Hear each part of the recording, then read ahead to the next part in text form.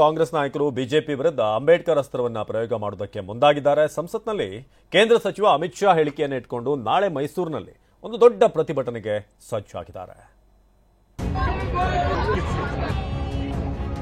अभी एक फैशन हो गया है अम्बेडकर अम्बेडकर अम्बेडकर अम्बेडकर अम्बेडकर अम्बेडकर इतना नाम अगर भगवान का लेते तो 7 जन्मों तक स्वर्ग मिल जाता है.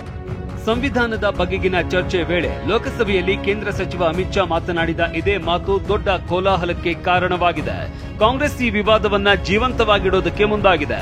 ಸಿಎಂ ತವರು ಜಿಲ್ಲೆ ಮೈಸೂರಿನಲ್ಲಿ ನಾಳೆ ಸಚಿವ ಡಾಕ್ಟರ್ ಮಹದೇವಪ್ಪ ತನ್ವೀರ್ ಸೇಠ್ ನೇತೃತ್ವದಲ್ಲಿ ಬೃಹತ್ ಪ್ರತಿಭಟನೆಗೆ ಮುಂದಾಗಿದೆ. ನಿನ್ನೆ ಮೈಸೂರಿನ ಕಾಂಗ್ರೆಸ್ ಕಚೇರಿಯಲ್ಲಿ ಸಚಿವ ಮಹದೇವಪ್ಪ ನೇತೃತ್ವದಲ್ಲಿ ಪ್ರತಿಭಟನೆ ಸಂಬಂಧ ಪೂರ್ವಭಾವಿ ಸಭೆ ನಡೆಸಲಾಗಿದೆ. ಮೈಸೂರಿನ ಕುರುಬರಹಳ್ಳಿ ವೃತ್ತದಿಂದ ಪ್ರತಿಭಟನಾ ರ್ಯಾಲಿ ನಡೆಯಲಿದ್ದು ಸಚಿವ ಸ್ಥಾನದಿಂದ ಅಮಿತ್ ಶಾ ವಜಾಗೊಳಿಸುವಂತೆ ಕಾಂಗ್ರೆಸ್ ನಾಯಕರು ಆಗ್ರಹಿಸಲಿದ್ದಾರೆ.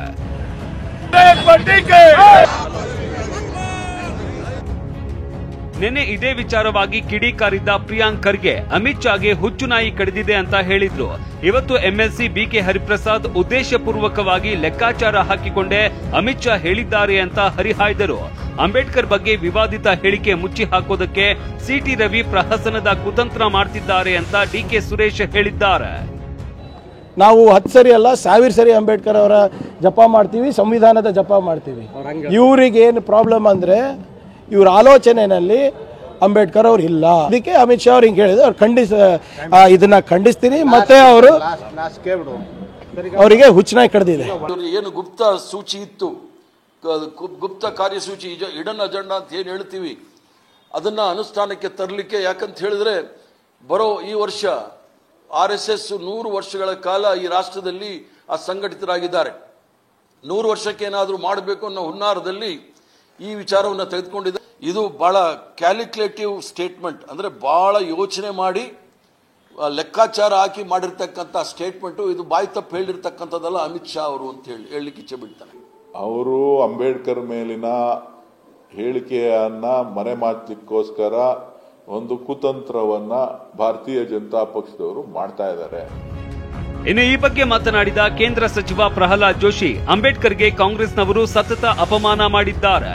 ಅಂಬೇಡ್ಕರ್ಗೆ ಭಾರತ ರತ್ನ ಕೊಡ್ಲಿಲ್ಲ ಅಂತ ಕಿಡಿಕಾರಿದ್ರು. ಲಾಂಚ್ ಆಗ್ತಾ ಇರುವಂತ ರಾಹುಲ್ ಗಾಂಧಿ ಫೇಲ್ ಆಗ್ತಾ ಇರೋದ್ರ ಬಗ್ಗೆ ಹತಾಶರಾಗಿ ಫೇಕ್ ನ್ಯಾರೇಟಿವ್ ಅನ್ನ ಅವರು ಪ್ರಸ್ತುತಪಡಿಸುವಂತ ಪ್ರಯತ್ನವನ್ನ ಮಾಡ್ತಾ ಇದ್ದಾರೆ.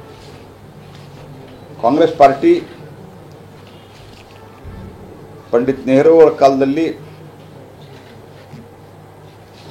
ಅತ್ಯಂತ ಘೋರವಾದಂತಹ ಅಪಮಾನವನ್ನ ಡಾಕ್ಟರ್ ಬಾಬಾ ಸಾಹೇಬ್ ಅಂಬೇಡ್ಕರ್ ಅವರಿಗೆ ಮಾಡಿದ ಇತಿಹಾಸದಲ್ಲಿ ರೆಕಾರ್ಡ್ ಇವೆ. ನಾಳೆ ಮೈಸೂರಿನಲ್ಲಿ ಕಾಂಗ್ರೆಸ್ ಬೃಹತ್ ಪ್ರತಿಭಟನೆ ಮೂಲಕ ಬಿಜೆಪಿ ವಿರುದ್ಧ ಸಮರ ಸಾರಲಿದ್ದಾರೆ. Bureau report, TV9.